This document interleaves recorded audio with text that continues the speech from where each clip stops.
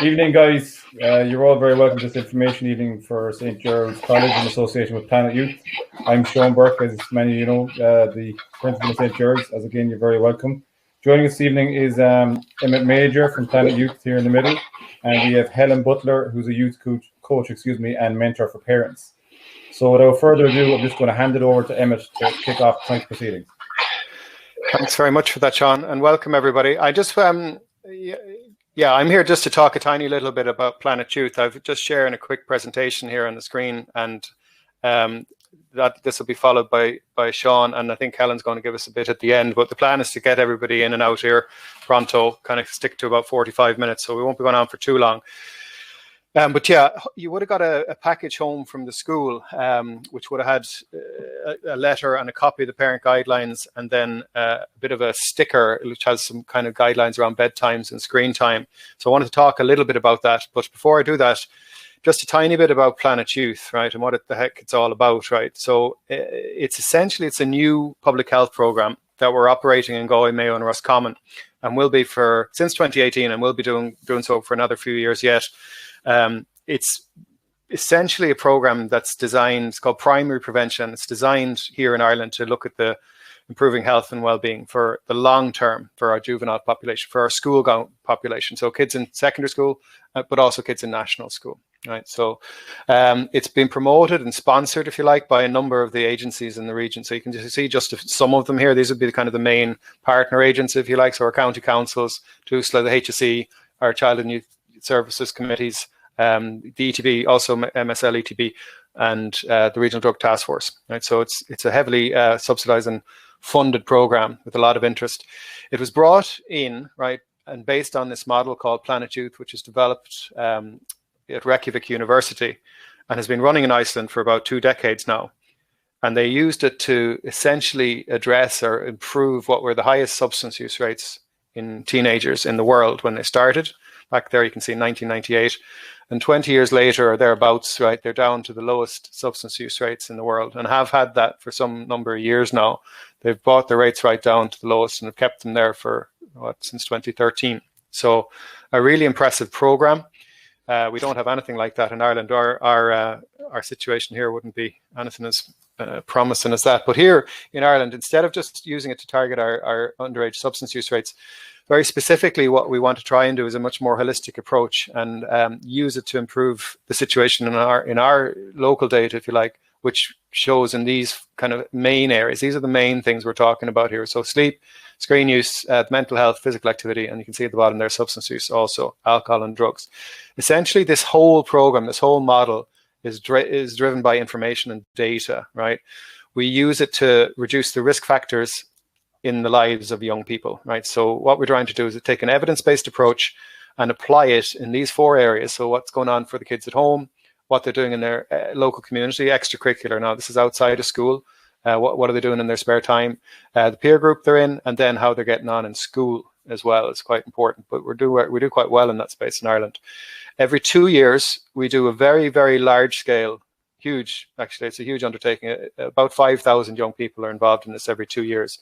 At 15 and 16 years old, they fill in this document, right? So your kids starting first year now in Gerald's will do this survey in 2024 when they go into TY. So everybody who returns to school having sat the junior cert every other year fills this in, right?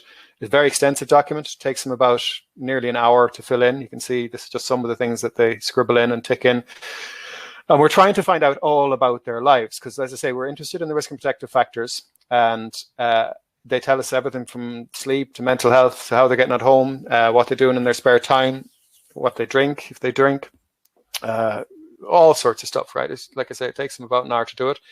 This is it getting packaged up. It goes to Reykjavik University by DHL. It's scanned up there optically, and they return the data set to us. Usually, well, this most recent one happened last December, and we had the data back in Ireland in February.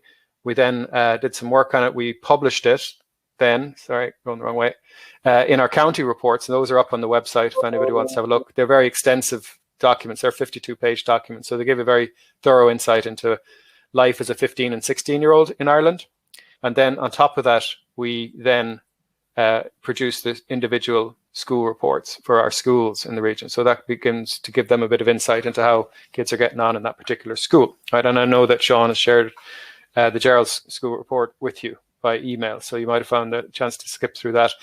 Now, here's the thing about Planet Youth, right? We do this very, very big survey at 15 and 16 years old, but we don't really focus on the kids who do the survey. What we do is we're taking the information that they give us to improve the situation for the children that come behind them.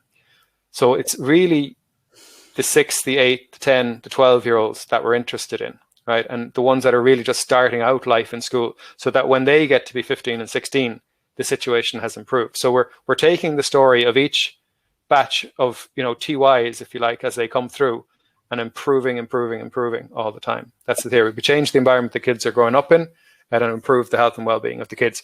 So that's a little bit why we have the parent guidelines booklet.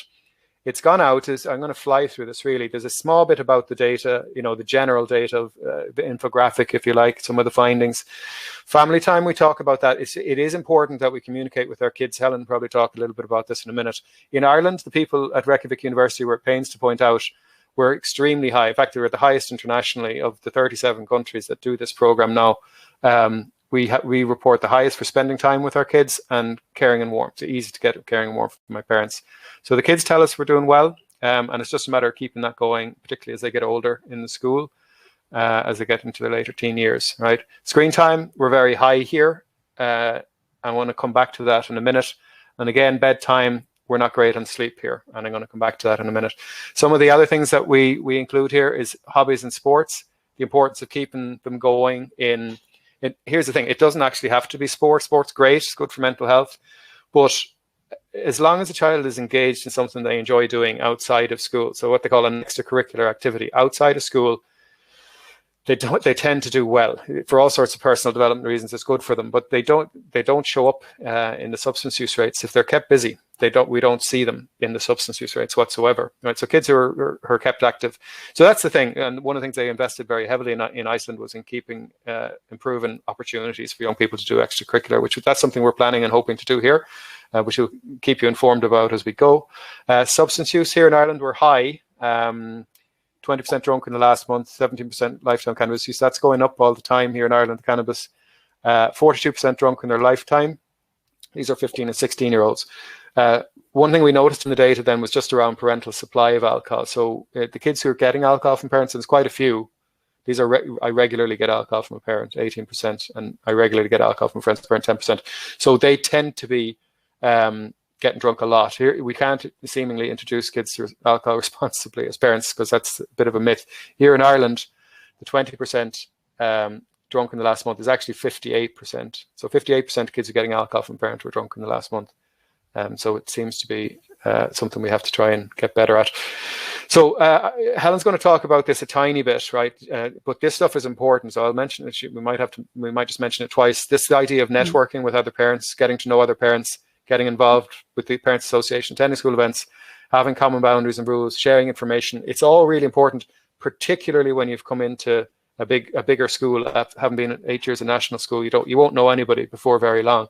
If you'd hardly know anybody, maybe the people who came in from your class group at national school, but that will change quite quickly. So it's important to know what's going on and work together. Right? But Helen will probably talk about that. Just before I hand you over to Shaun, I wanted to run through some of the data a tiny bit because this might strike you, and it'll kind of lean into what Shaun wants to talk to you about a little bit. But this is us for sleep in Ireland, right? Boys and girls, right? We can see here, I'll try and show you on the screen here, right? It's just down here, kids getting more than 9 hours sleep, very few of them. 9 hours sleep, 8 and 9%. And then we go into 8 hours sleep, 34%. Okay. After that, we're into not enough sleep. So 7 hours, 6 hours, or less than 6 hours is not enough sleep, right? And it's pointed out in the booklet, is 59% of all of the kids are not getting enough sleep. And it's actually 55% of the boys. The boys do a tiny bit better than the girls for sleep. And this is it here. So everybody to the right half, you divide that in the middle, and everybody to the right isn't getting enough sleep. Now, these are 15 and 16-year-olds.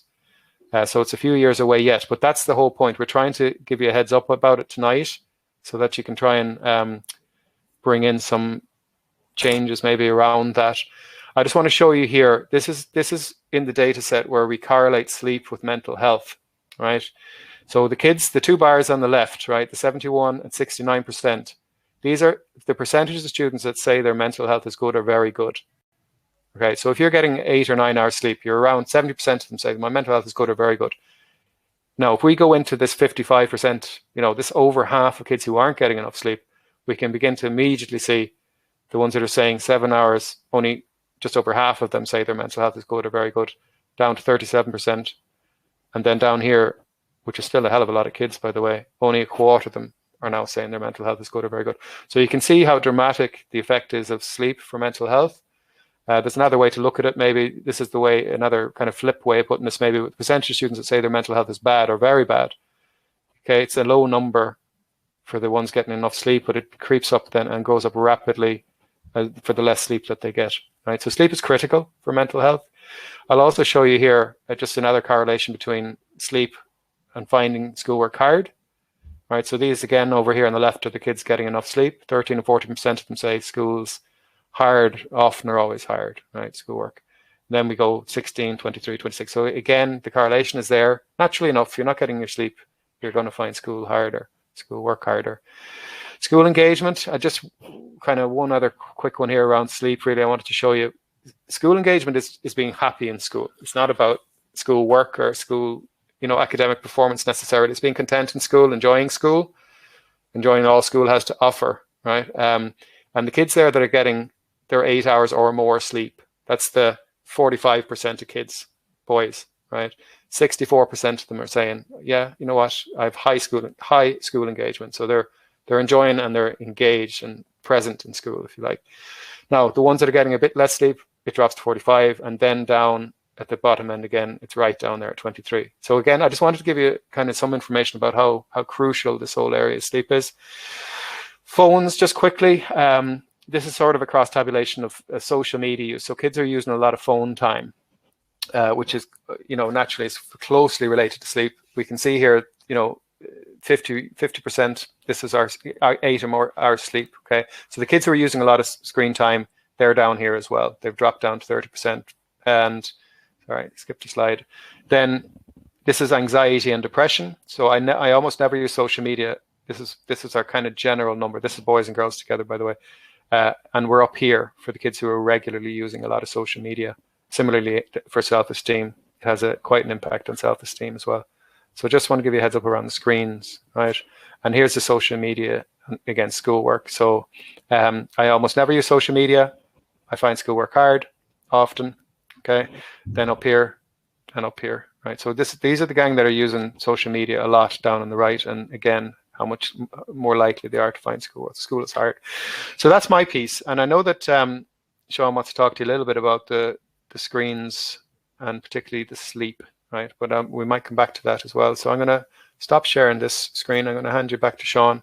If you want to find any bit more about the project, you'll see it on the Planet Youth website. So thanks.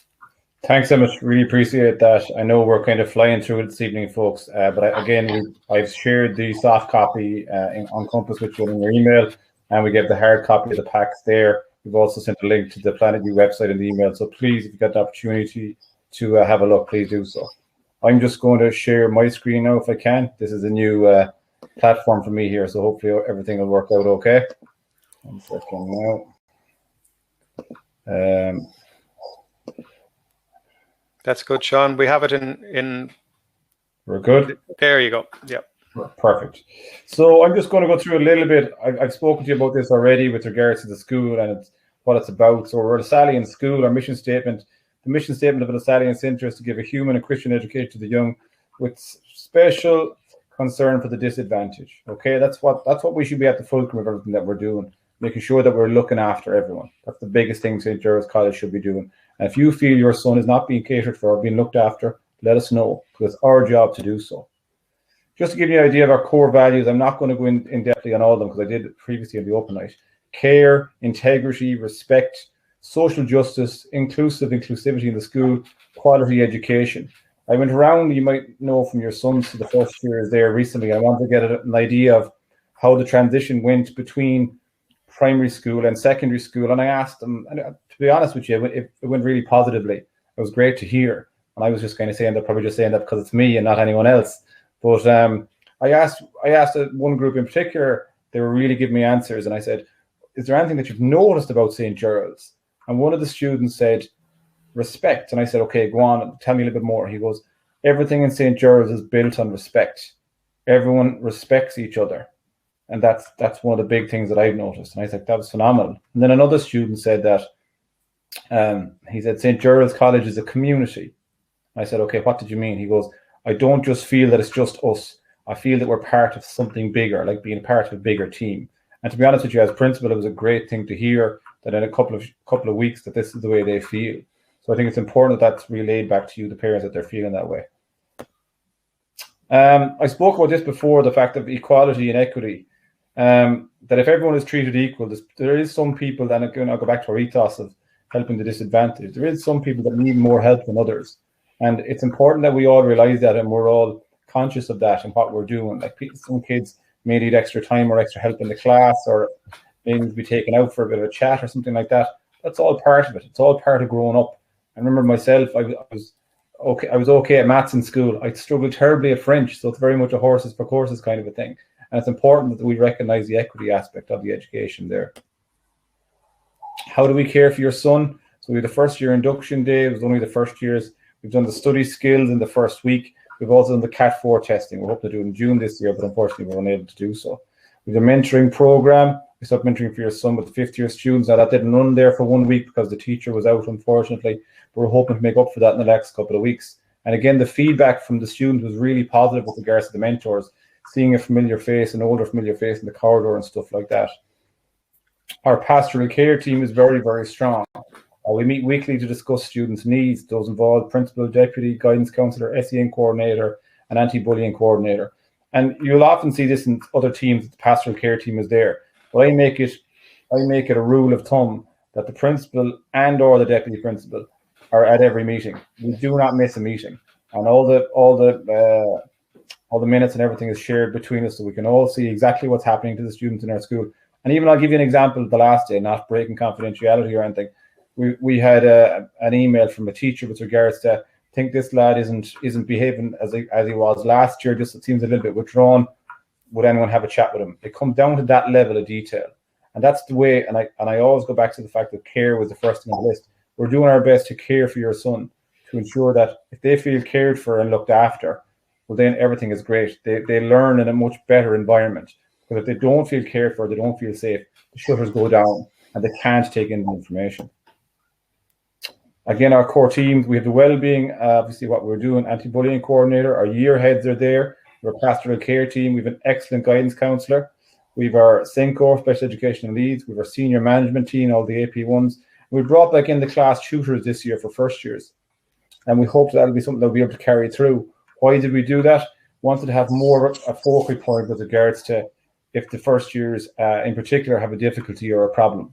And what they do is it's just very much conversation. How are you doing? How are you finding things? What works really well with you? What's not working well? What can we improve on? That's one thing that we're looking to do all the time is what can we improve on? Because we're trying to do things really well, but we completely understand that we're not perfect. And at the middle of all of that is the students. It's all student-centered. And everything that we try to do is for the best of our students. On the aspect of well-being, student well-being is present when the students realize their capabilities, take care of their physical health, can cope with the normal stresses of life, have a sense of purpose and a belonging to a wider community. And to hear that from the first year last Friday was fantastic about the idea of the community. What's our well-being curriculum? SPHE, PE, CSP. We do our Nurture for Wellbeing program in first year. It's a concrete program with really good aspects to it in guidance, well-being indicators being organized, anti-bullying, etc. And the journal is there as well to assist the teachers and the students in learning. Second year, then all classes do one class of nutrition a week, akin to SPHEP and CSPE. Nutrition is a huge thing with obesity and young people and stuff like that.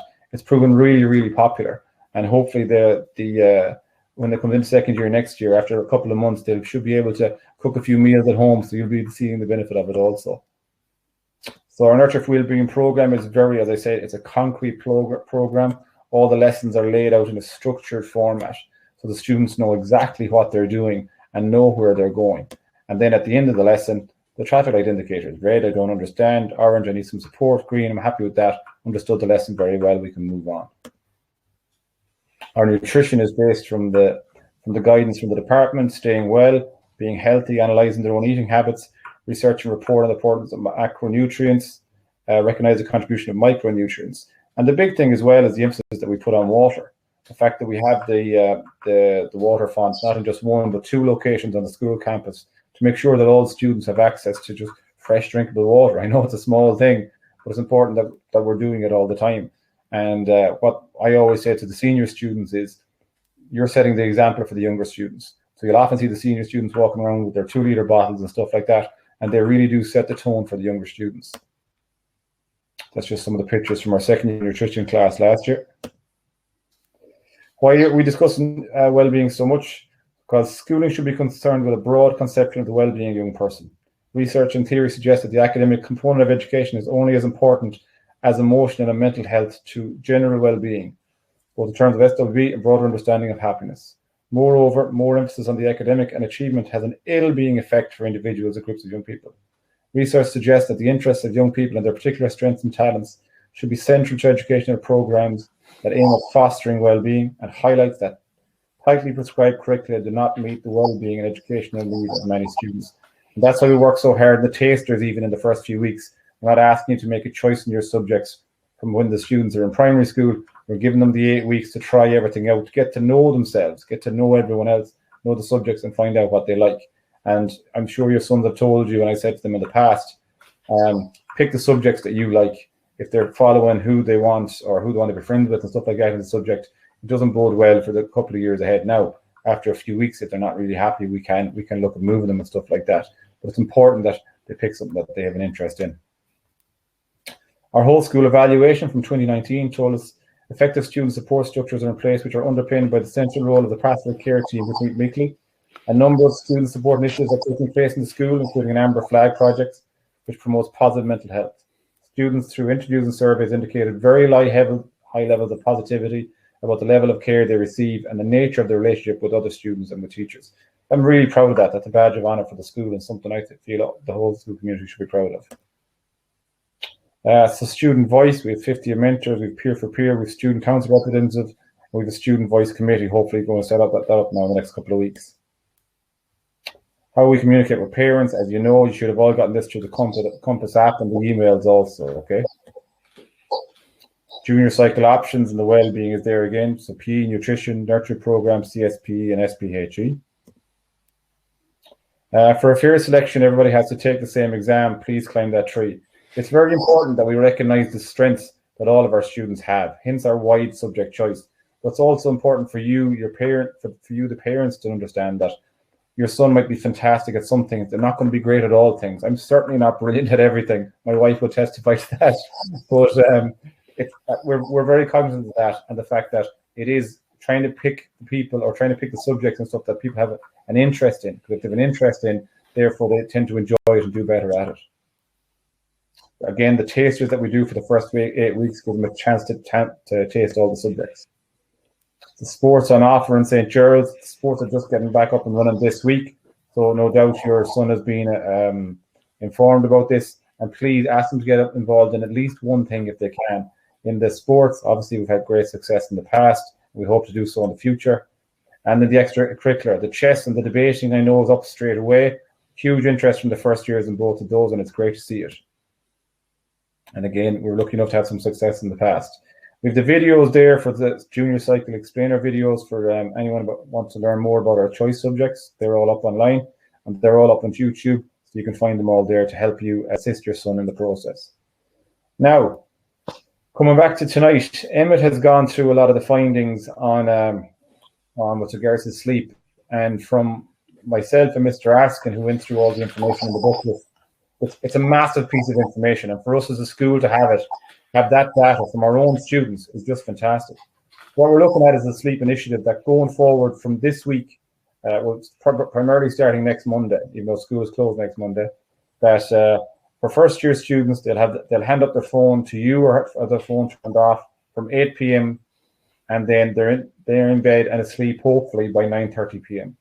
Now, why are we doing this? People who are getting 8 hours of sleep or more are almost 3 times more likely to report high levels of school engagement. As Emmet said earlier, 58% are not getting the recommended amount of sleep. That's 58%, huge amount. The why sleep against mental health, again, 8 hours or more sleep, good mental health, 6 to 7 hours, 78% good mental health, 44%. The fact that this is just based slowly on sleep, because the amount of data they have, they can get the tabulations across all the data and they can see exactly what works with what. Sleep against school engagement, 8 hours or more, 64% is high achievement, 6 to 7 hours sleep, 45% high achievement, and then you can see it drops off completely with less than 6 hours sleep. And primarily, and I know from my own time teaching, it's not that long ago, it is down to the phone in the room. That this thing is beeping, and Snapchat or WhatsApp or whatever else, that's what's keeping them awake. Physical activity, good sleep, never physically active, have less than 7 hours sleep. Active 3 or more times a week, 55%. Again, the data is there to prove that if they get the correct or the prescribed amount of sleep, it really helps across the board. In the end of the booklet that Emmet sent out to us, or Planet Youth, there are some issues of note over. We can see in the data the close relationship between lack of sleep, poor mental health, and school engagement. Lack of sleep is exacerbated by excessive screen use, and excessive screen use leads to other issues. Now, that's why we're having 2 separate talks tonight. Having one especially with first-year parents, the first-year parents, because if we can all start off on the right foot together, and I mean this, by doing this together, it alleviates the pressure. Because then you won't have your young fella coming in and going, oh, well, John's parents let him have his phone all night or something like that. If the parents put in a blanket ban together, then it works really well. That's what it comes back to. They're handing up the phone by 8 p.m. and the time of sleep by 9:30 p.m. And we're asking all parents to adhere as best as they can to the above times. If we all do it, it'll make it much easier. And that's really what we're going at. So thanks very much. Hopefully that came across okay. And I'm going to hand you back to Emmet. Yeah, thanks very much for that, Shaun. And you're dead right. I mean, you might talk a little bit about this, Helen, when you're coming in, but it seems very early. I mean, the 9:30, the phone.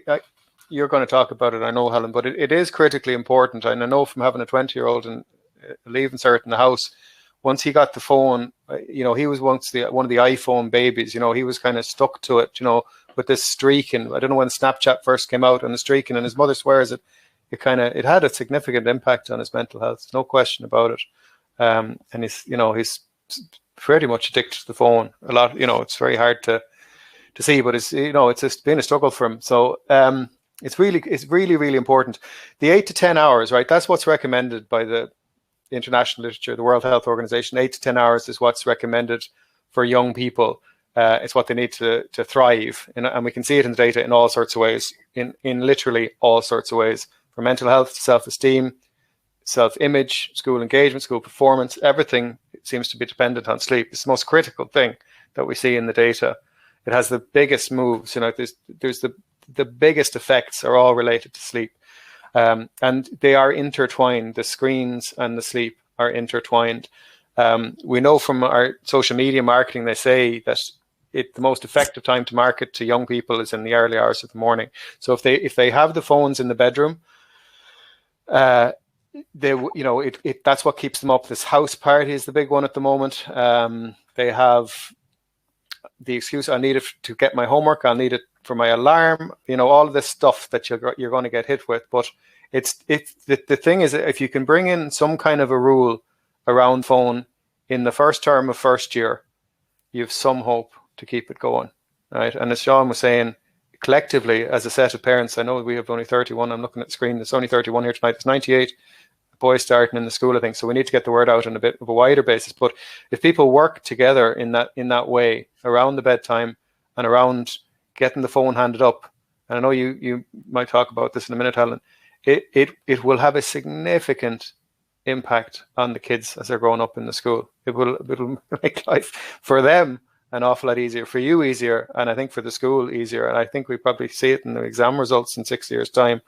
if something that you can bring in and adhere and stick to. We'll certainly be measuring it in 4 years with the Planet Youth survey. So it'd be nice to see, instead of having 55% of boys in the region not getting enough sleep, to be down to 40 or something more impressive even. It'll have a huge, a huge difference over time. So I couldn't recommend what you're trying to do more strongly, really, Shaun. I think it's a great initiative, but I wish you well with it. Okay, thanks for that. I'm going to hand you over to Helen. Helen, if you're happy enough to share your screen, if you're struggling with that, I can share your presentation from here as well. Over to you. Oh, it's gone again. Hang on. There it is. There it is. Okay. Yep, that's good. From the beginning. Okay. Thanks very much for the opportunity to come and talk. I particularly like this workshop of supporting parents. I think going into first year is such a key time for a young person and for a family. And I think all these transition times provide us as parents with a great opportunity to try something new. Make some changes, maybe try to even pull up our socks a little bit around stuff. And I know as a parent, and my kids are much older than yours are at this stage, but, looking back, there are things I think, gosh, I wish I had done that earlier. I wish I had tried earlier.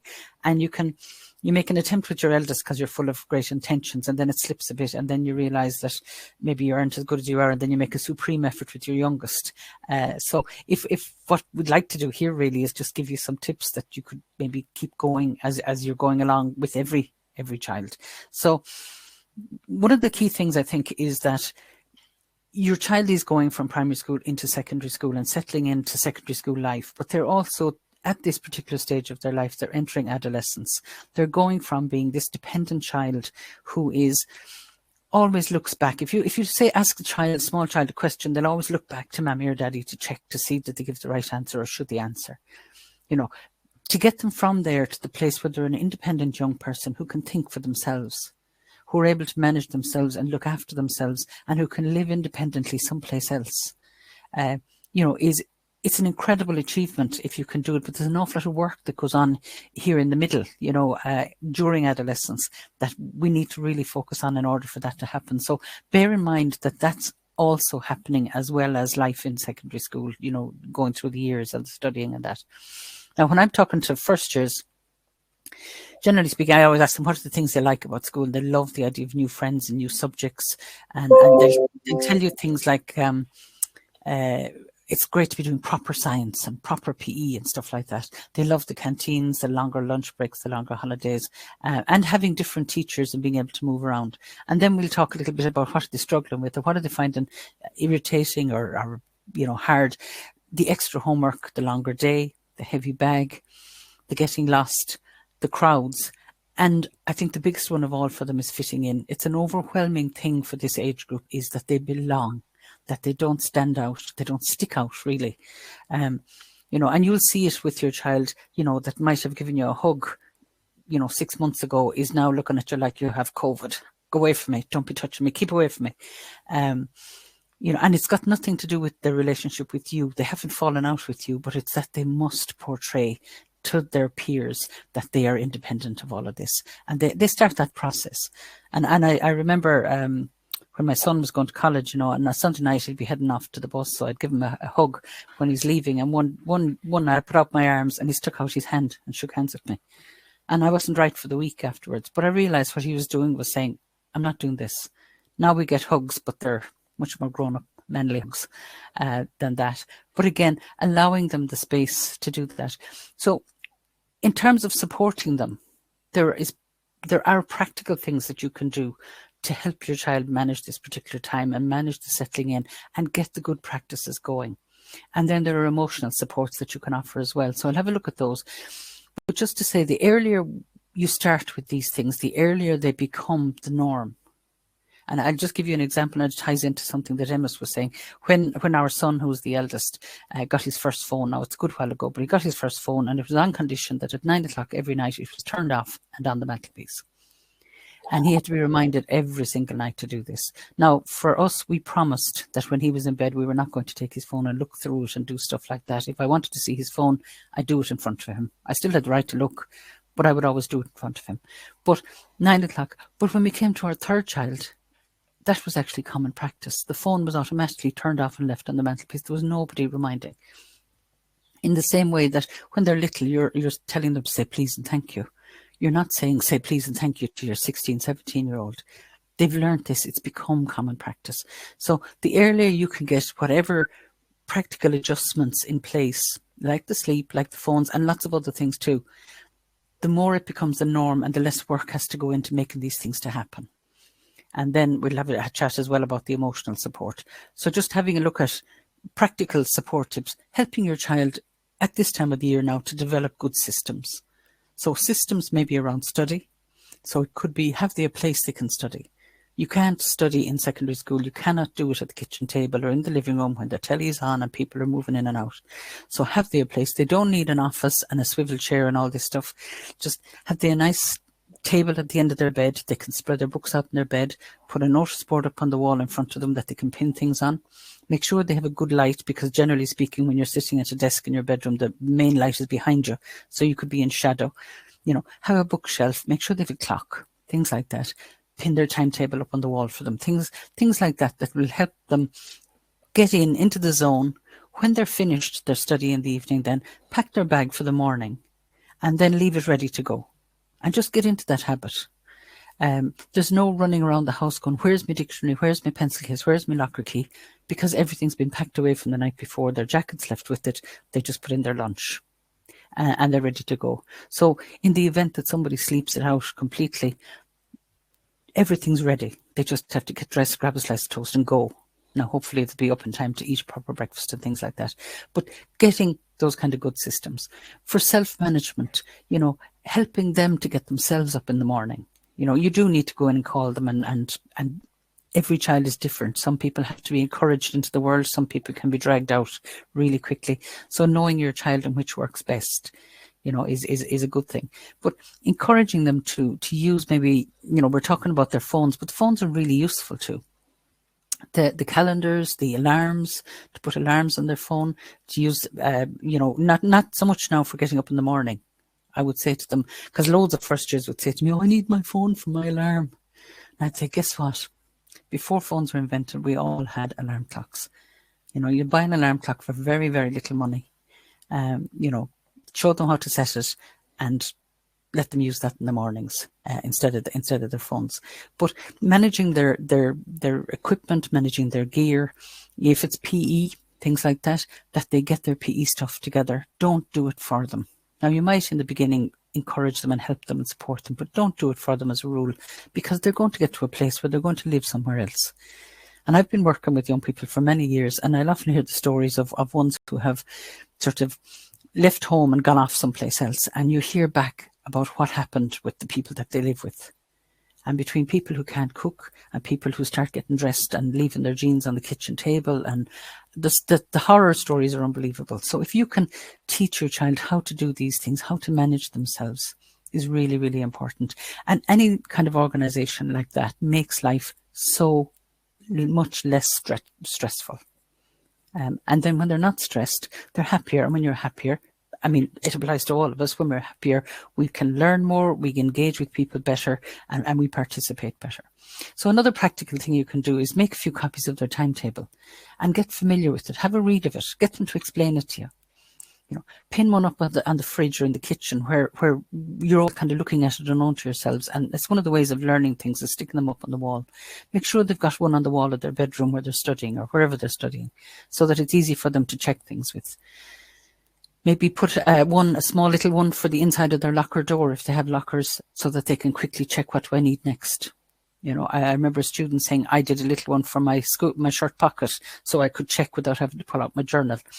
Whatever works. But get to know their timetable, because what you'll find with school timetables is every child seems to have a favourite day of the week and a much less favourite day of the week. You know, there's a day where they have lots of double classes, or they have their favourite subjects or their favourite teachers, and then there's days where maybe there's not as much of that. Maybe that's the day to cook their favourite dinner. Now, I know some of you might think, well, Lord God, have I to start cooking dinners now to suit them? But just think of it. You're going out maybe to work, or you're going off to a situation that's a little bit harder today than it is on other days, and somebody comes and does something nice for you. It does give you a bit of a boost. So things like that are really helpful. Get to know the names of their teachers. It's not about being forensic now. I'm not saying you have to go online and start tracking everybody, but just you're showing an interest. You know, if they say something about this happened in English class today, and you can say, oh, Miss So-and-so or Mr. So-and-so, it demonstrates that you're actually interested. You know, and then help them to manage their phones and their sleep. It's absolutely no good in giving them a lecture about the damage phones will do, or not enough sleep or whatever. You have to help them. And I can remember first years telling me, one guy said to me, I don't know how to turn off my phone. And I thought he didn't know how to turn. I said, there's a button. And he goes, I know there's a button. He said, I'm not able to turn it off. I don't want to turn it off, is what he was saying. But he was really happy if one of his parents came and said, I want your phone while you're doing your homework. He had no issue. And what it was really about, he didn't have to say to his friends, I don't want to talk to you. It was so much easier if he could say, Mum or Dad won't let me. So whatever strategy you have to use in order to support your child through this, you know, use them, let them use them. It really, really doesn't matter. What matters is that they're managing a good relationship with their phones. Phones are essential. I think people should have them. We just have to manage them, you know. And the same with their sleep. You know, it's fine to say, you know, that they should go to bed at this time, and we all want them to go to bed at this time, but it might be about reminding them. It might be starting a little wind down period. You know, part of the thing of the phone being put away the hour or so before they go to bed is it actually takes your brain an hour to go to sleep after you turn off a screen. So if you've been watching television in your bedroom and you close your eyes, it will take you an hour for your brain to actually go to sleep. Likewise, if you're on your phone, you know, and the same applies to them. And I've had umpteen young people coming into the youth centre to me, big red eyes and white faces in the evening. I'd say, how come you're so tired? I don't know, I was in bed early last night. But they went to bed early, but they didn't go to sleep. You know, I used to ask youngsters, what time do you go to bed at? And they'd be telling me 9 o'clock or 9:15. And then suddenly I thought, what time do you go to sleep at? And I've had young people tell me they're in bed at maybe 9:30, but they didn't go to sleep till 1:30 or 2 o'clock. And they were getting up any time from 6:30 or 7 o'clock in the morning. So they're really, really not able to manage with that. But they need you to help them. They need you to make the rules. And just the very last one, which is very practical from your point of view, smile when you see your teenager. You know, it sounds maybe patronizing, I don't mean it like that. But we hear such negativity about young people and so much that, and they come in the door and they maybe bang the door and yell at somebody, and you're inclined to look up and, you know, he's home or she's home, you know, but actually forcing yourself if you have to at the start, but getting to the practice of smiling at them.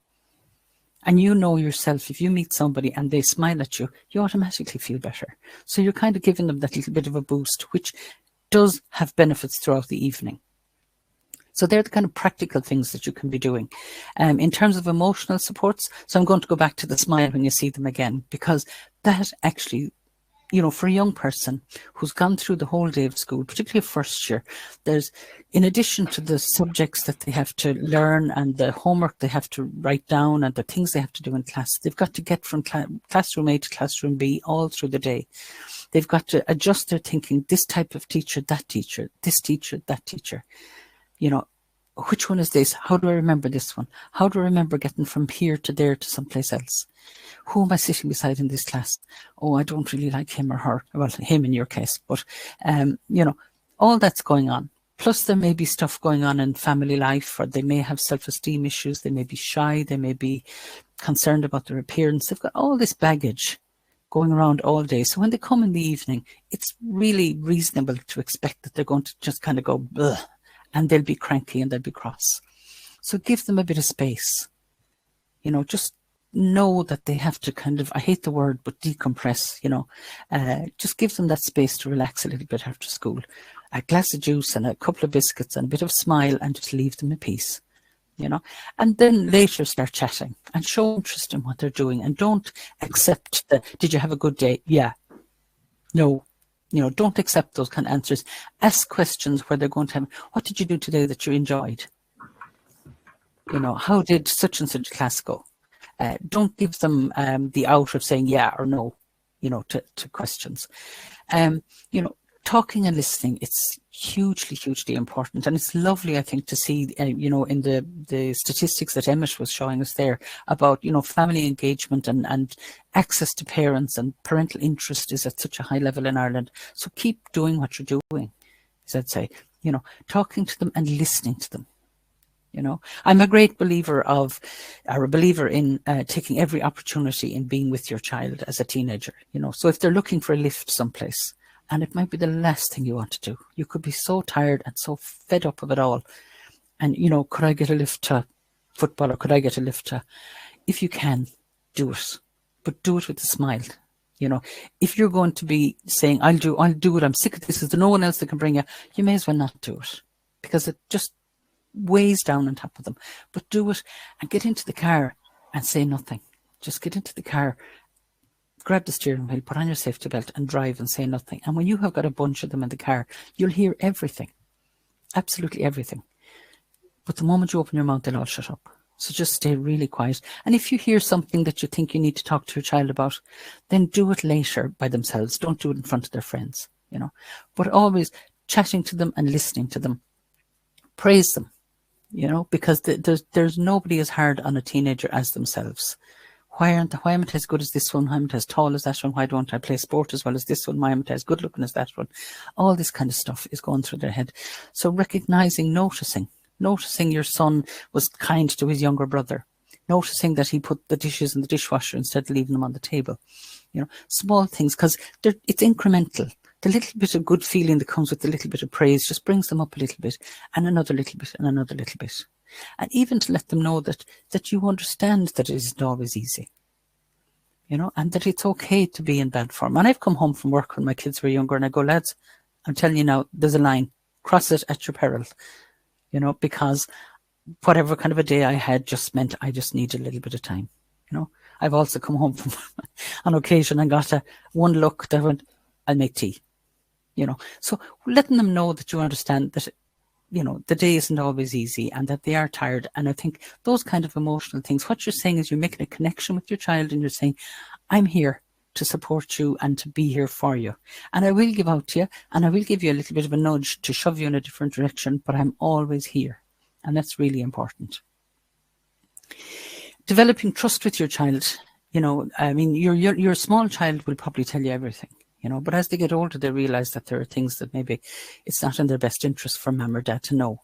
But have clear rules and boundaries. It's very important that you have them, for starters, that you have rules and boundaries, because without them, children just do not know what to do. They don't have the skills to turn around and say, oh no, I think it's getting late, I should go home. They need you to say, I want you home by such a time. And there needs then to be consequences if they don't. And I don't mean you have to wallop them or you have to really punish them, but there just needs to be some little consequence to the fact that you said, I want you home here at 7:30, or I want you home here at 8 o'clock, and they don't come home for another half an hour. You know? But make sure that they understand the rules, because I think it's one of the things that we do as parents is that we can talk a lot about what we want done, but we're doing it in language that we understand. Is the message getting across? So having them maybe tell it back to you. So what is it that you have to do? You know, and I live near Ballinasloe in County Galway, and I remember taking my daughter into town. There was a play or something on in the town hall that she wanted to go to.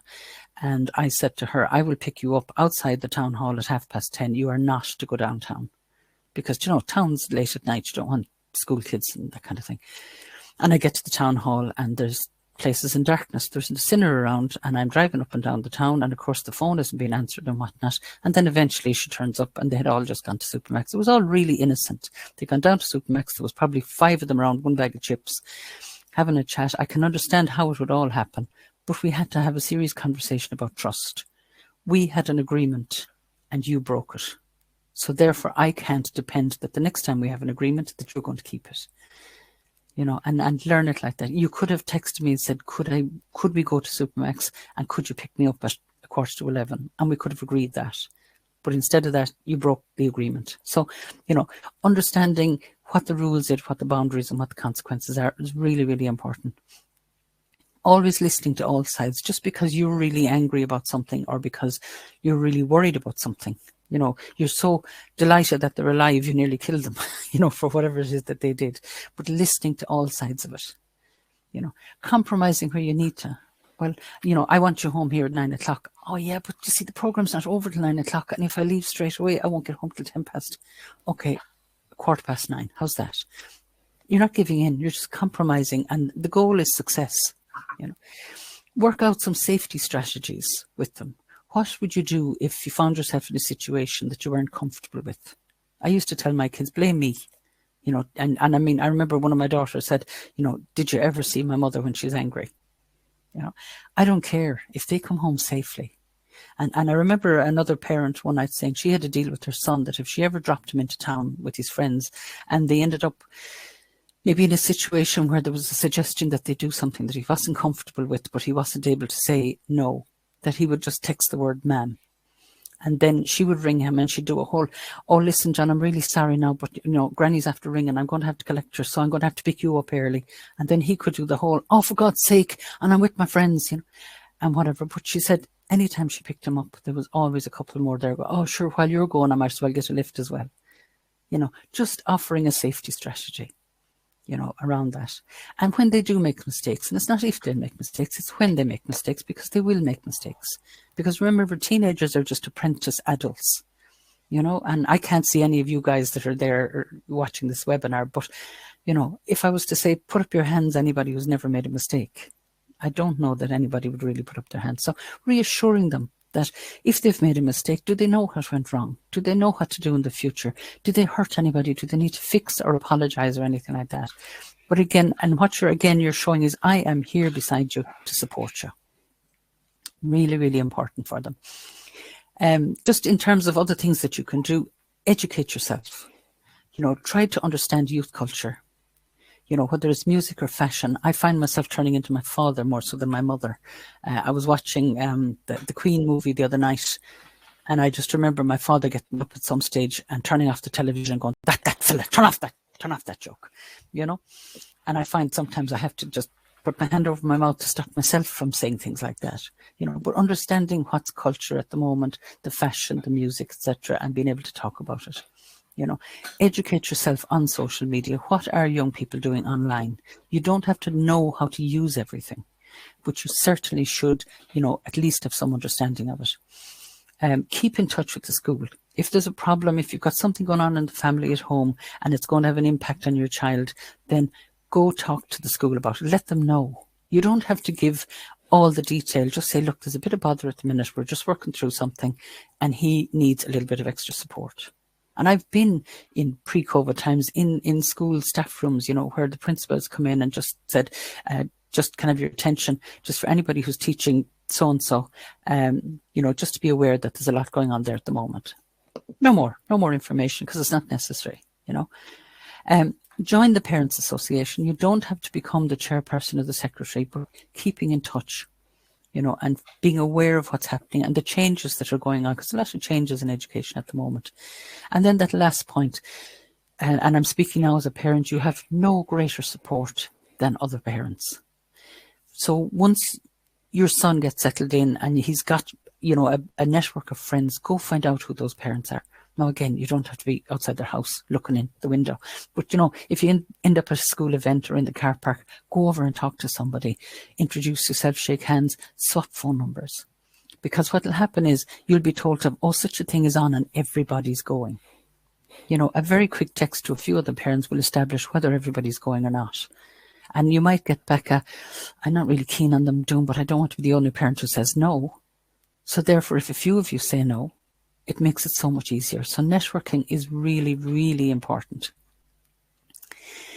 Just talking about the phones for just a moment, in terms of, I'm saying this piece for you for information, but I wouldn't use this talking to young people. They're a huge distraction. It takes their eyes off everything. I've had kids who don't know simple stuff that happens around them because they're not looking around them. You know, they're just not looking around them anymore. The skills of observation are under huge threat, as are the skills of empathy, noticing when somebody's in distress and being able to help them, because we're not looking up, you know. FOMO, the fear of missing out, is a really a big thing for young people. The fear that anything could be happening anywhere that they're not part of. And it can be quite difficult to get phones off people when they're really stuck in that kind of mode. It does have an impact on their self-image because, again, and this applies to all of us, nobody posts anything online, when you're looking a wreck, when you've had a really bad night's sleep and you look a sight. We're always putting up good stuff. I went here on my holidays. I was at this concert. I had a great day at the beach, this sort of stuff. So it's very easy for somebody looking at anybody's profile online to think, my God, he or she has a fabulous life. Now, you or I know that what's going on there. You and I know that we don't put up the other stuff. But young people see all this and they compare themselves to other people.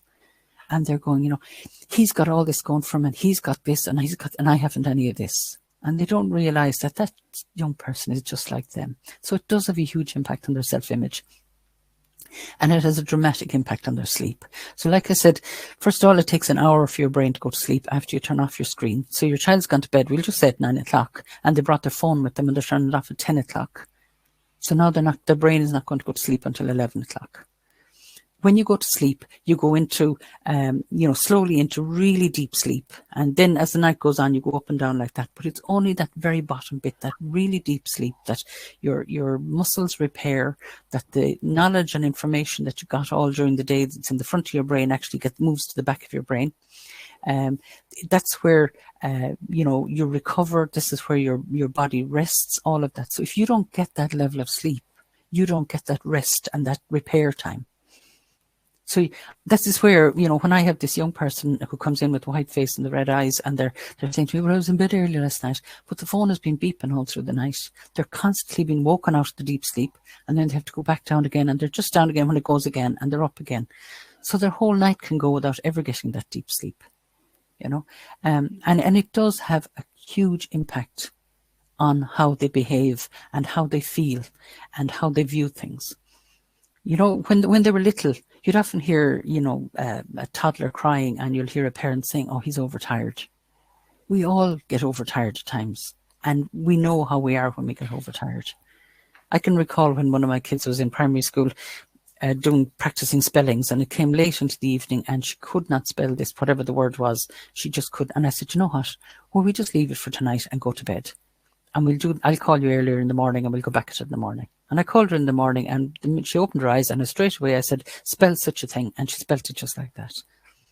And she could hardly write her name when she was tired, So when they're tired, I suppose I'll be talking a bit more about sleep in a minute.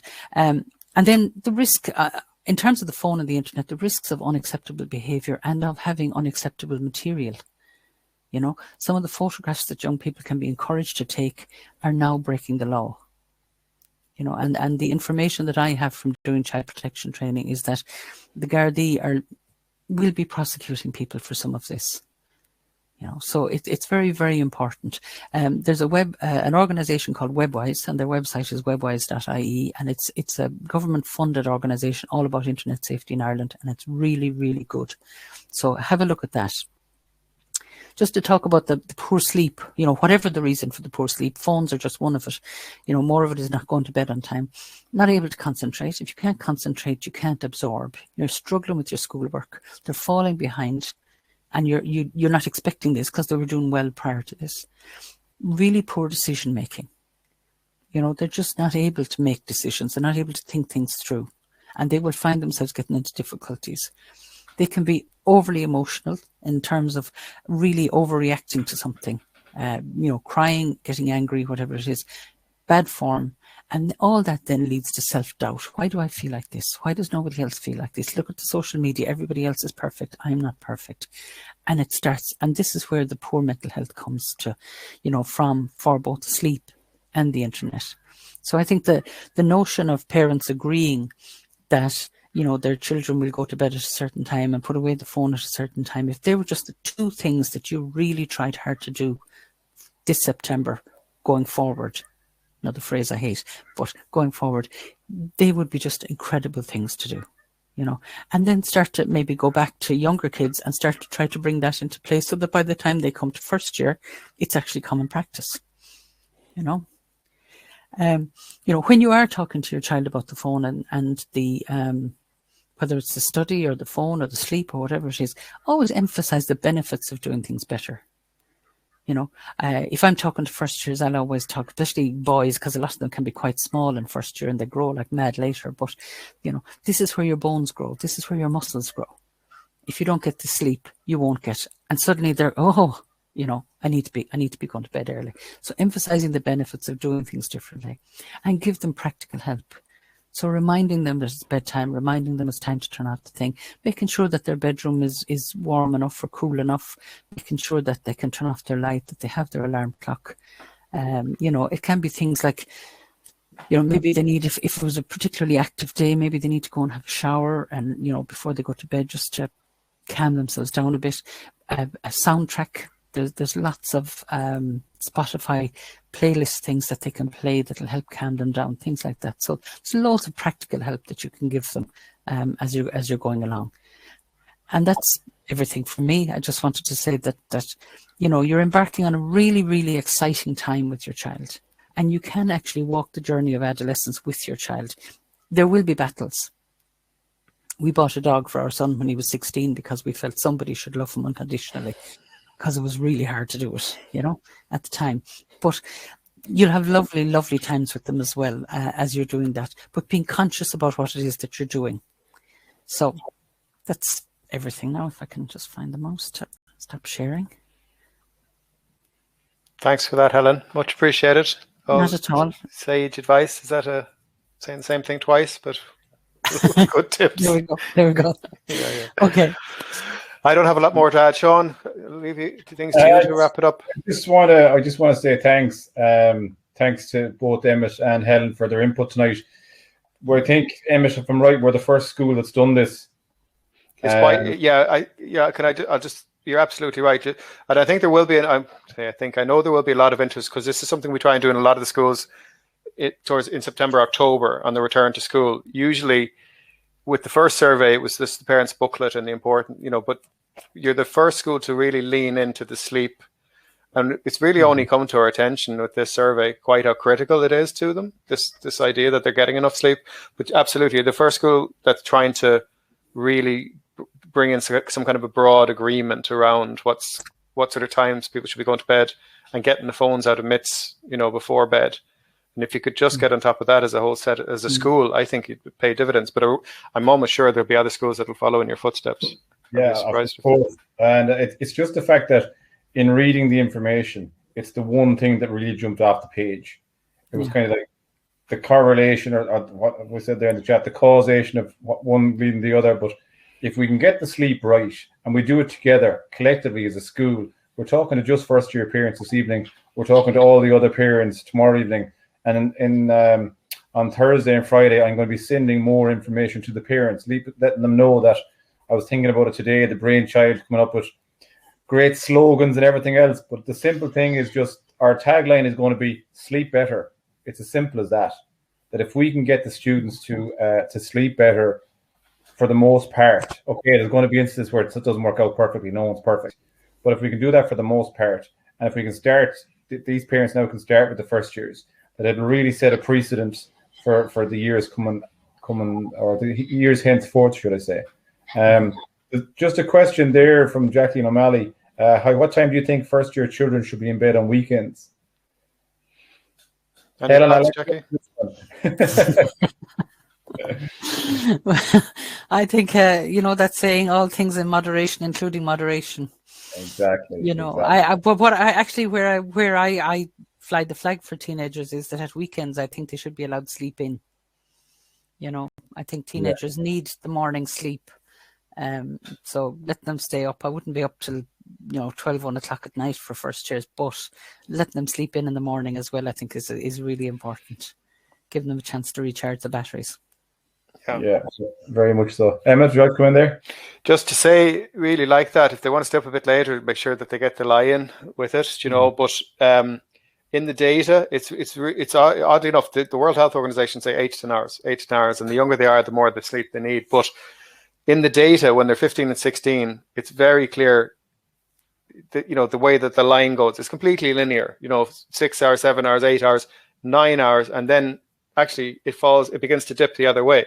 So the actual, the best number seems to be 9, 8 or 9. As long as you're getting to the 8, you're doing okay, right? But 9 is a small bit better, but not that much better. 10, it seems to dip the other way. You're probably, it's not so helpful. So, if they're staying up late, just make sure that they get the lie in at the weekend, yeah. And nothing that obviously then would wreck the routine when they're trying to get back in on Sunday night then, But that's usually after the summer, isn't it, where they're gotten so used to staying up a bit later. Yeah. And as someone who's sleep deprived for the last 5 years, and my 5-year-old and 3-year-old, I can give a very accurate account that it definitely affects the brain and the thinking at work. I'm sure the parents will bring me some days going, "What is this fella talking about? It doesn't make any sense." But look, we've kept you now for just over the hour. I just again want to say a huge thank you to Emmet Major and Helen Butler for joining us, and I really hope that this is the first kind of these meetings. I personally intend to do a lot more work with Planet Youth now that they're on my radar to this degree, and we hope to bring Helen back in the not so distant future for other years. So we'll just say a huge thank you to all the parents that joined us this evening. The comments there are extremely positive, and we really appreciate them. And I will be giving you more information on Thursday and Friday this week. But thanks very much, and all the best. Thanks, everyone. Bye now. Bye-bye. Thanks. Take care.